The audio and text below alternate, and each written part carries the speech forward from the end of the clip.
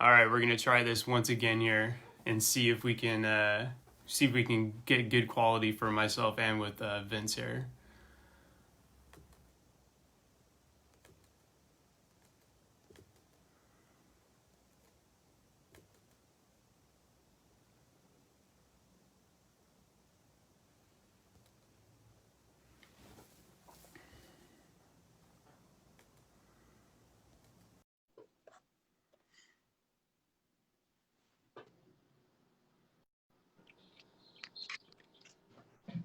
How does it sound? Still choppy? I can hear you good. We'll see if we can get any feedback. Hi, Lori. We'll see if we can get any feedback from other people on how the audio sounding. Lori, tell us how the audio sounds like when I'm talking and when Vince is talking. We're having a little trouble before.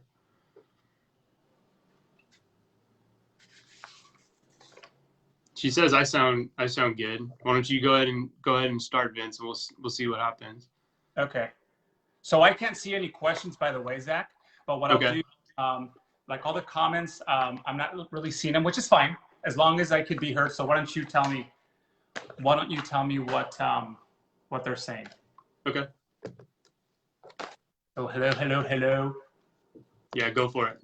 You're good. Yeah. Yeah. So we can. Holy smokes! All right. So our 15. It's 5. To everybody that has jumped on and joined us, thank you so much for bearing with us. The only thing I'm gonna do is just adjust this a little bit. Watch me use you right now. Want to make sure that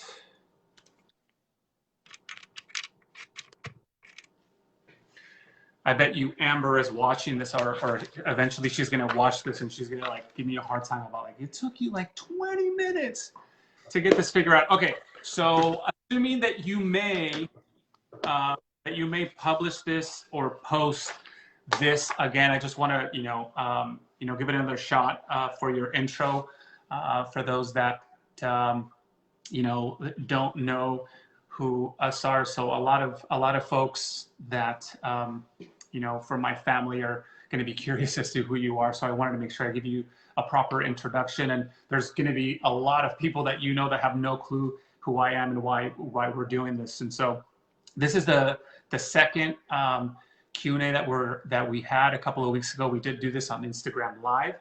And for those that I have not had the opportunity to meet, my name is Vince Monroy. I serve as a high school administrator, and I was born and raised in Gilroy, resident of Gilroy. I enjoy very much to engage with civic and community leaders like Zach on matters that will sustain and improve the vibrancy and the way of life in Gilroy. And so that's why we are here. Zach serves as a firefighter for the city of Oakland and is the current chair of the Bicycle Pedestrian Commission for the city of Gilroy. So before we get started, and I know that there's a few people that are starting to join us. Do you see comments, by the way, already, Zach, or not yet? Okay. Yeah, I can see them when they come up. Awesome. I'll watch out. Awesome. So just wanted to give everybody in the spirit of transparency. I was the one that reached out to Zach. So I'm not, I haven't affiliated myself to any group or, any body or organization locally that might be for or against Zach. I was just like many of you, I had, real concerns about how we can make our community better. So I reached out to Zach and I asked, is there a way we can do a Q&A? I think it'd be fun, something very casual. We can do it on Instagram, we can do it on Facebook, and we can have people chime in and potentially ask some questions. So the questions that I'll be asking Zach, we did give folks an opportunity to submit some questions. Some of those I do have, and I will be I'll be asking Zach. Zach is going to have the ability. Doesn't seem like I can read any of the comments or questions, but it'll be up to you to interrupt me. So I can ask you some of the questions that were already sent ahead of time, and then some of the ones that I have on my own. We'll do a little fun quick question, in less than, or answer in less than 3 words at the end, and then we'll close it out. So hopefully we have a few people. How many people do you see on your end? Do we have 3? I show 9 right now. 9? Okay. Yeah. So looks like I only see 3 on my end, but it's fine. If you see 9, we're in good shape. All right. So you ready to go? Let's go. All right. Awesome. So, for those that don't know you yet, why don't you tell us a little bit about yourself and what motivated you to run for city council? All right. Thanks for having me, Vince. So a little bit about myself. So like Vince said, I'm a firefighter, paramedic in the city of Oakland, been there for about 20 years. I live in the center of Gilroy. I have a daughter who's 9 years old, goes to a public school. My wife also works at Roble, and she's a union worker for the para for Gilroy Unified School District. What motivated me to run is I saw a need and a want to get involved with safe routes to school. At my daughter's school, when she started going to school there was a lot of interactive parents trying to get their kids to walk and roll more. For me, that was never an issue of not allowing my daughter to walk or roll to school. So I really got my eyes open and wondering what else the city could do to try to promote this. I found that there was a bicycle pedestrian commission, and I immediately jumped on board, put my application in. And I would say what drew me in to finally want to become on the Gilroy City Council is I have a seat at the table as a commissioner, and that's great, and I've been able to do a lot of good stuff. But I do realize that being on the city council will afford me to have a seat at the bigger table. And all the preparation I've done on the Bike and Ped Commission has really brought me to this point right now where I'm really excited to announce that I want to go for that spot. Awesome, thank you. And there is what a perfect time to do this Q&A. Yesterday, the city council had their meeting. Looks like it was cut short. There was a power outage near the area of City Hall, and so we didn't get the entire, but we definitely had enough information.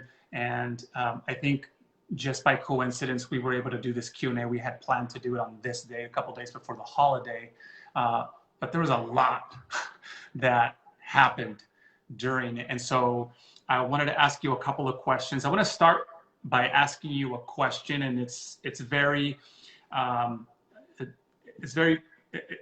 it kind of goes to what was discussed yesterday. There was a lot of different topics that were discussed. They brought up recreation, they brought up public safety, they talked about the budget. There was a couple of other things that they talked about as far as improvements in roads and some of the things that they can look at as far as, I think there was a mention about the 101-25 interchange, some improvements there. So there's a lot, but I think, correct me if I'm wrong, based on what you saw, the 2 biggest topics that really took all the focus was the issue with public safety and recreation as it pertains to the budget. So one of the questions that came in ahead of time was from Kenny Moreno, which he sent a question on Facebook. He asked, what are your thoughts on the demands of Gilroy Community Action on Policing, GCAP? Would you be in favor of placing citizens who have never held the job of police officer or have faced the challenges or the burden of its responsibilities in an oversight position? So, being a firefighter in Oakland, I'm very familiar with this. I watched the city of Oakland have a citizens review board, a commission, and it's not something that's super unfamiliar. Large cities do it often. Smaller cities do it. They do it to be able to give that unbiased opinion outside of the job, a different viewpoint. I don't know enough about it to be able to be firm, like I am for it, I am against it. But one thing that I learned last night is that this group, that now there's 18 different policies and procedures that can be done to decrease what happened to George Floyd and many other people. And I'm very familiar with the A Can't Wait. But I am open to the conversation. I am accepting of the conversation. I think it is a conversation that we need to have. And I would encourage those that are still trying to advocate for something that they see is necessary, that city council and and myself included, we provide that platform for transparency and for that conversation. Yeah, and I think that a lot of folks, it's such a sensitive issue because you have folks that want to see, that very much want to see change and police reform, and they are going about it the right way by creating and collaborating and opening dialogue, and there was a portion of the council meeting where there was public comment, and you definitely see that there are people that are very supportive of the police department and very supportive of an agenda where we can help police educate the community, provide the community the opportunity to have input. And so can you have a community where you have you're supporting a police department, but at the same time really have initiatives that are going to make meaningful change? I think you can. And there's three things that the police chief has already said that that they're willing to do, and that's something in that A Can't Wait. Number one is to stop the use of the carotid hold, and oftentimes that is supposed to it's supposed to, it's not supposed to be a lethal force, but in actuality it ends up being a lethal force. Because the chances that you're gonna that someone is not gonna come back from that carotid hold is, like, I think it's like I forget the percentage chance, but some people that are in that manic psychosis state don't come back. So to me, if you're gonna do something as a paramedic, if I were to give somebody a drug and I knew that there was a percentage chance that they were gonna die from it, well, we just don't give it unless we're planning on death. The two other things that I think are important that need to be a policy addressed today is a duty to intervene. I know that this isn't the curriculum for new police officers, but it's something that I believe needs to be a policy addressed, because those that have been on the job for 20, 30 plus years, we're trained different than the new kids that are coming out right now. And then the de-escalation policy is really important too. This is something that's being taught, but at the same time, a policy driven is something that I support. Last month, the City Council approved a proposal which made significant cuts that resulted in the reduction and elimination of recreation programs that included staffing, of course, the staff that provides these programs. Yesterday, the council brought the conversation back. They combed over and discussed revisions to the recreation budget. Of the council members who spoke on the subject, one of them said the cost of these programs is really expensive. Another council member said it is a big expense for us. What are your thoughts, and what else could be done to protect these programs? Well, I think the conversation right now really needs to be steered at, we are going through a budget deficit. We do need to close that. We are responsible to close it. We cannot print money to make us go to the next year. We have to have a balanced budget no matter what. And really right now, we need to focus on the at-risk community. That's the youth at large that is at risk, and the seniors. We need to focus on them. And, it doesn't mean that those that want to do aquatics or want to do softball or soccer, those programs are extremely important. They bring community together. There's a lot of volunteers, but there's also, as we saw last night, there is a ton of line item budgets that we need to go through. And that sometimes is really hard to digest, especially over a virtual platform. That's something that, that I would want to actually sit down and talk and ask those questions out ahead of time, because the conversations back and forth gets really hard when you're trying to digest information and technology. So we have to.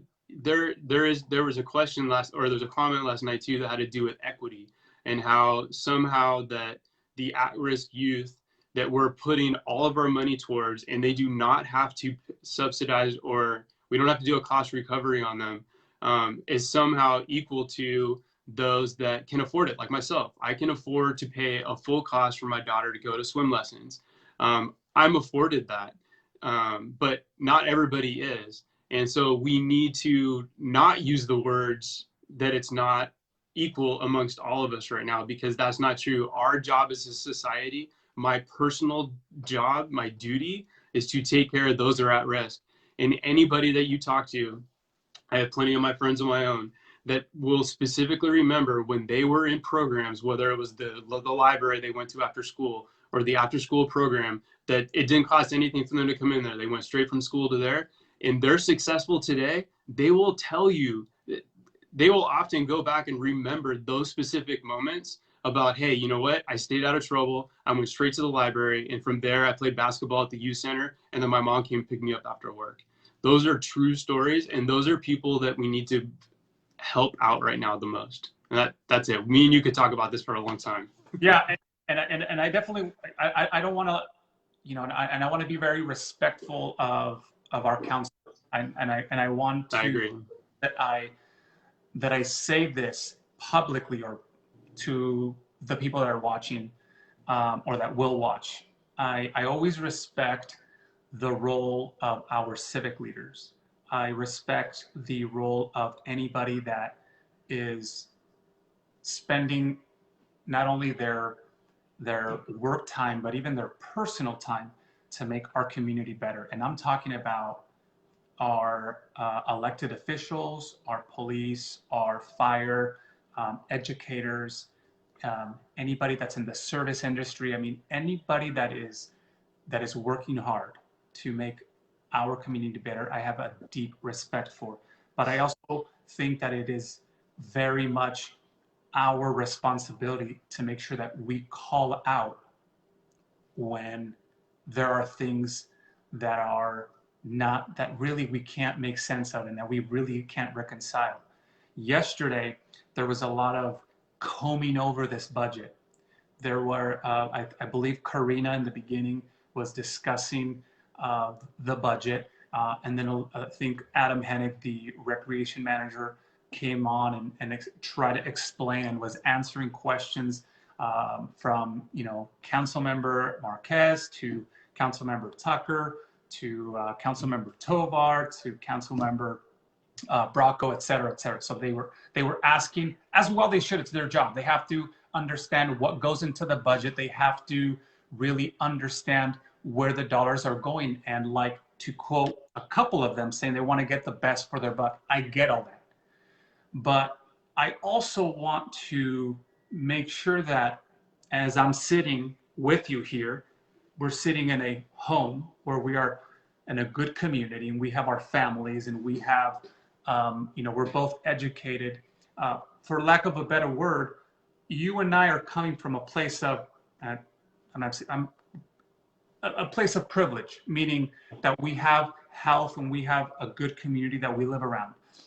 And so I think if I talk about equity, and I want to play a little soundbite so that you can understand what I'm talking about, we really have to understand what equity really, really means. So I'm going to play something for you. It's about a minute. This is Councilmember Tucker, who is discussing equity and discussing the programs. And then I'm going to ask you to comment on that. It seems to me that there is no equity in this program, and you've cut the whole swimming program 100%, partially because of COVID, we know that, but this is a 2-year program, and so this first year would be COVID, but the second year we need to have something in there. So maybe that's where we look for partnerships to run the swimming program out of Christopher and Gilroy High, but you're not even addressing it. So to me, the problem is you have no equity across the city. You have the east side getting 100% funded in these other programs, which are needed for our at-risk youth. I'm not saying they're not needed, But I'm saying you need to come up with a way that presents equity across the whole city for all these programs. And if it's a cost recovery, or if it's partnering with another organization, however it is, I think the cuts are bad enough, but cuts should be felt by all groups and all areas. Yeah, I mean, cuts should be felt. Cuts should be felt by all groups. Yeah. All areas. And I want to turn it over to you, but I want to preface your answer with this. And I don't know, I could be wrong. I'm going to go out on a limb and say that literally none of the council members lives on the east side. I am going to say that, and maybe Dion Bracco has a business, or his business is on the east side, but I'm talking about the old east side. I'm talking about like South Valley Junior High. I'm talking about San Isidro Park. I'm talking about that area, east side. I'm not talking about New Avenue, like past the outlets. Technically, that's the east side, but I'm talking about the old east side, the area where we have underserved families, at-risk youth, low-income families, families that really need these programs. The purpose of these rec programs is the equity part, because you have some folks that can afford to play club sports, be it baseball or Pop Warner or soccer. As a soccer coach, somebody who's been coaching soccer for over 20 years, I can tell you that club soccer, you can spend anywhere between $5,000 to $10,000 a year or more with club soccer. The equity part is having programs like the San Isidro, like the Youth Center, like youth soccer, so that there is equity there. When you say we don't want to touch the, or why aren't we, or why do we not want to touch this? Well, that's because that's the equity part. And if we eliminate that, or say like, well, if we're going to cut, swimming for the, and I live over near Christopher, so I could say this from a place. So, these folks have some swimming or have some activities. No, I don't want to cut the, the east side, and I know we need it, but I think we're going to cut this side. Then we also have to be. So, what do you say to that? It is, like I said before, it is our duty. It is our responsibility to provide services for the at-risk. Those that do not have those that have two working parents and that are sitting at home right now, waiting for their parents to get home and wondering what to do. The school's getting shut down is a perfect example. Some people just stay at home, you're fine, don't worry about it. But the other ones, it's like, it's been 6 weeks now, my boss is telling me to go back to work. Who's going to stay home with the child? And the other parent says, I need to go too. We both need to work. I can speak for myself. I was afforded that my wife was able to be at home with my daughter, and I have a good job that I can go to. But like you said before, man, that's privilege. That is the main reason why I'm able to do that.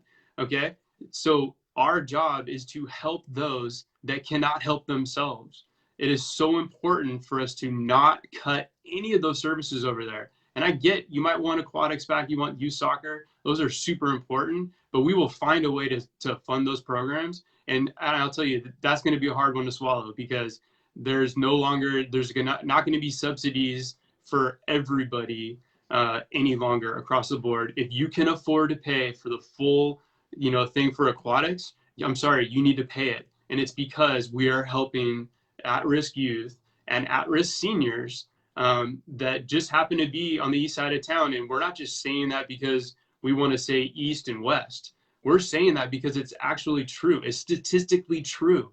The only reason why they came up with opportunity zones, and that's a whole other subject, look that up. Opportunity zones were created on census tracts because they were people that live at the poverty line and below. That's where the census tract is for those at-risk youth. But one thing I want to close on, it does not mean that if you live in an apartment on First Street that is nowhere near the east side, and you are allowed to use those services for free. All you have to do is prove your residency. So it doesn't mean that if you live on the west side of town, but you're struggling, because there's people struggling all over the city right now. It does not mean that you can't use those services. I'm done. Yeah, no, I totally agree. And I think, like I said, and this has nothing to do, I'm not like, necessarily saying that Councilmember Tucker intentionally, I think maybe just, again, I people can correct me and send me a message if I'm incorrect. It just sounded like she might not have understood the definition of equity and the notion that the reason we hold on to these programs like the youth center, like San Isidro, like youth soccer, is because it serves a population that really needs it. That is the equity. Exactly. They need that. They need that hand that literally put the hand out. They need that hand up so they can succeed farther. They can be shown that, yes, you too can become a firefighter. You too can become the dean of students at a premier school. You have that opportunity. If you just sit at home and someone says, hey man, you're going to be in that exact same spot for the rest of your life, that doesn't help anything. We need to show them. And that's why all those good mentors, and even some of the city rec staff, they provide probably a whole lot more services than just, here's the ball, go ahead and go and play. They're sometimes the parents. They're sometimes the grandparents. They're sometimes, somebody that they can look up to and say, you know what, I'm going to be a rec supervisor someday. I want to run that recreation department because I want to help those that helped me when I was all alone after school and I had nowhere to go until my mom or my dad or my grandma or grandpa came home from work.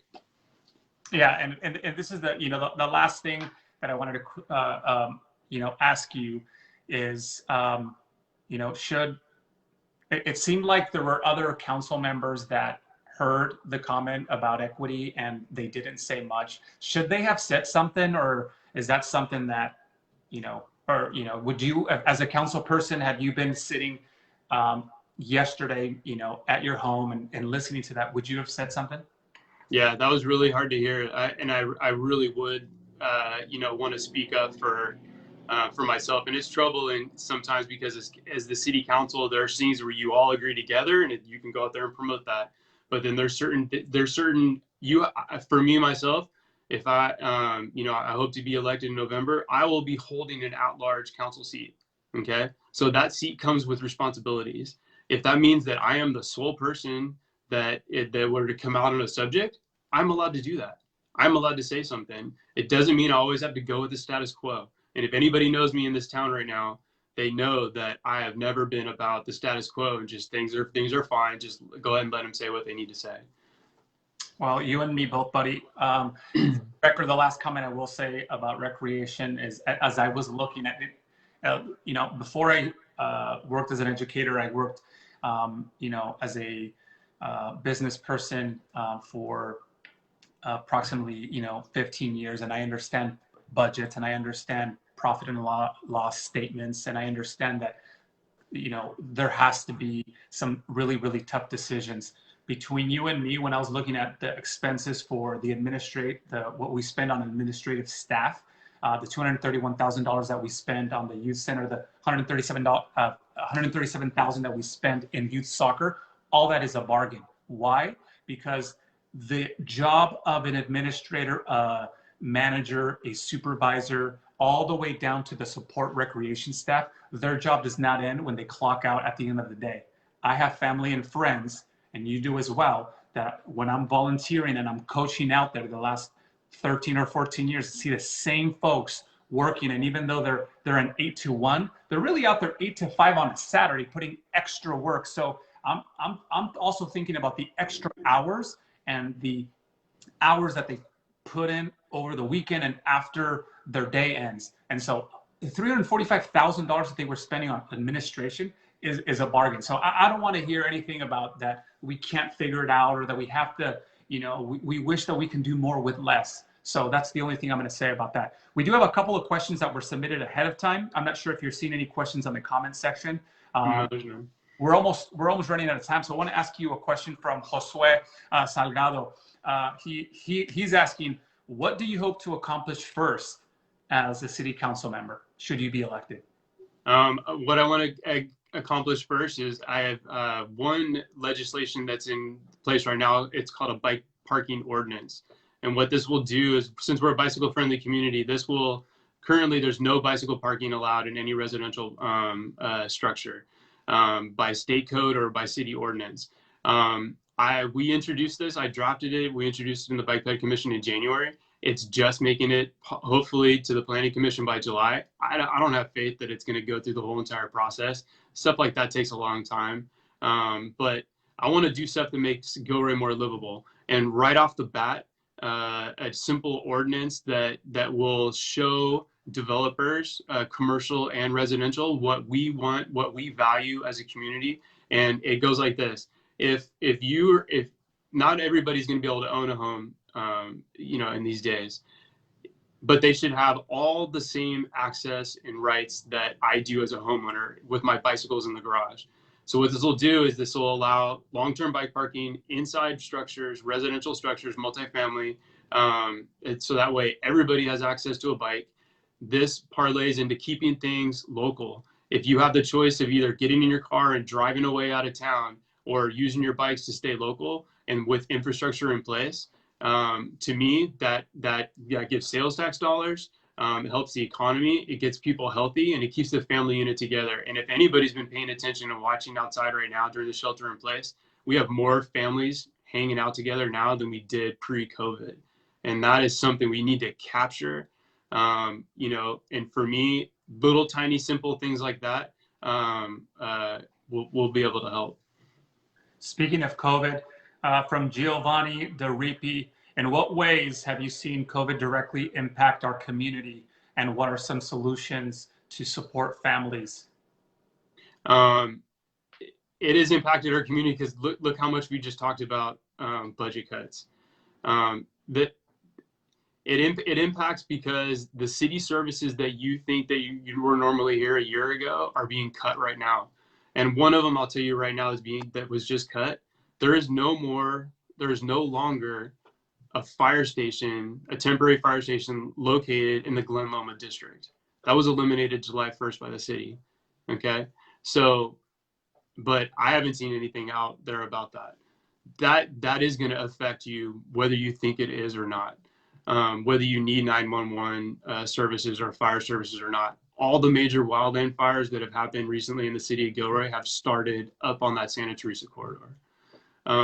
But despite what this has done to people's finances and troubles at home, and for us not to feel like we can get out and go safely into into a restaurant, it has brought the family unit together, and families are spending more time together.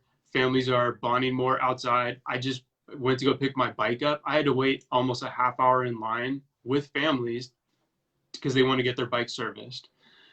So for me, the silver lining on this is the families are back together. And as soon as we can open up even further, I don't think a lot of that's going to go away. No, I totally agree.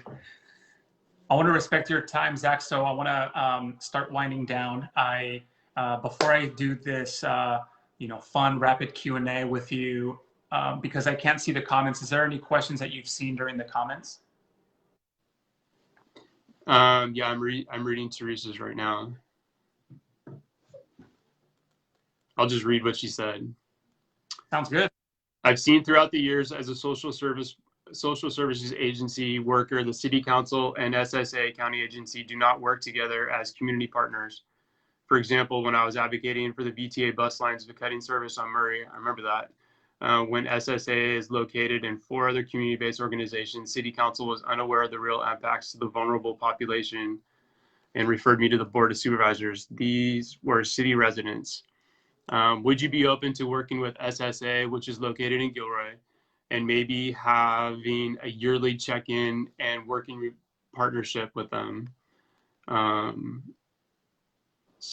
With a mission to understand the needs of our residents and how the city and county can help them as a partnership.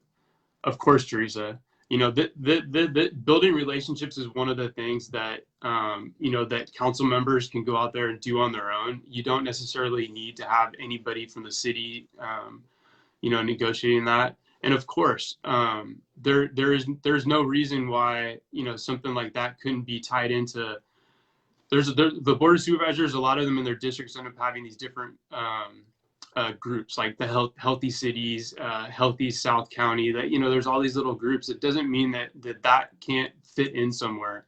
And I do remember when that bus line was shut down, and it was shut down right on a main street that really needs it.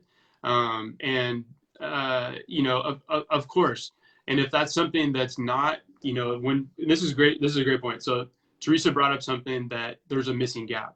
If there's a way to close that gap and you find a solution where it says, like, here, actually, these 3 people, all they need to do is get together once a quarter or once a month and then report back, that's easy to do.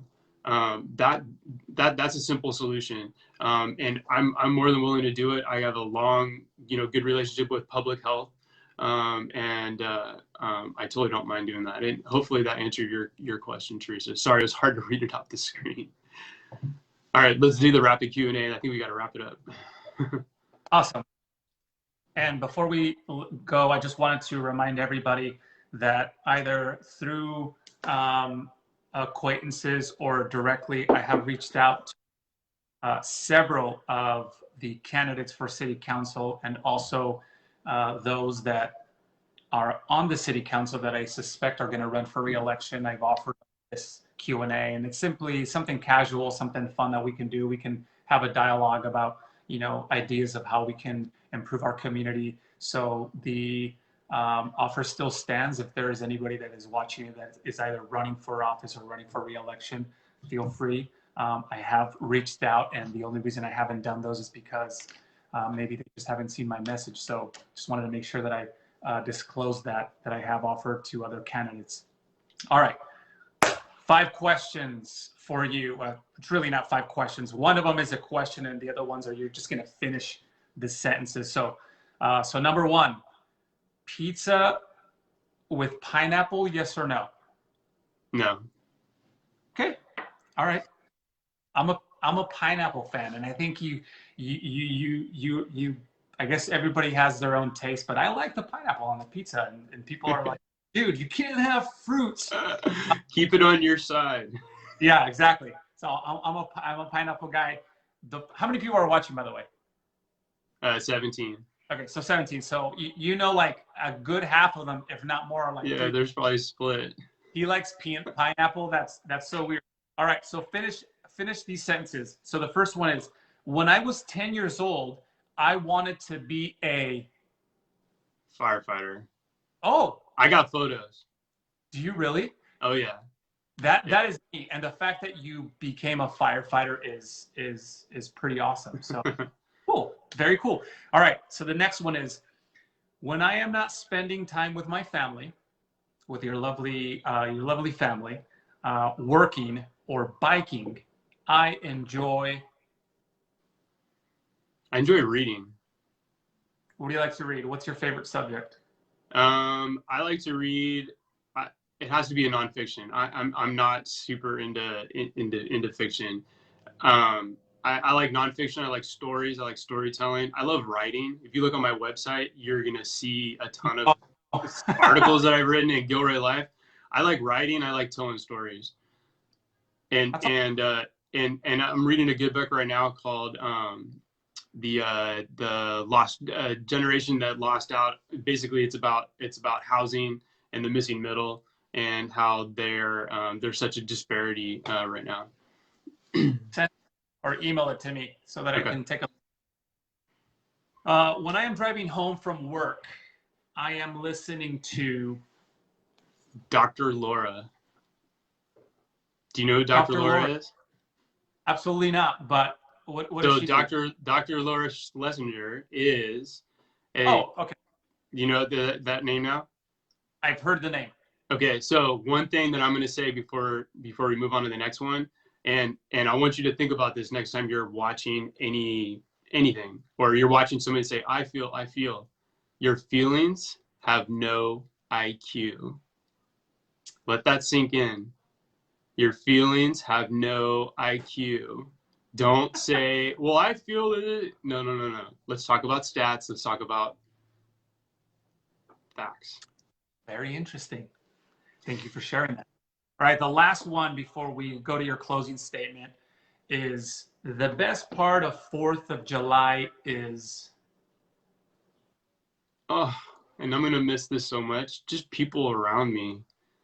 Yeah. I'm such a social person. This is so hard for me right now. You know, I love sitting out in my backyard, and I love hosting parties and making everybody else feel comfortable, and just keep inviting more and more and more people.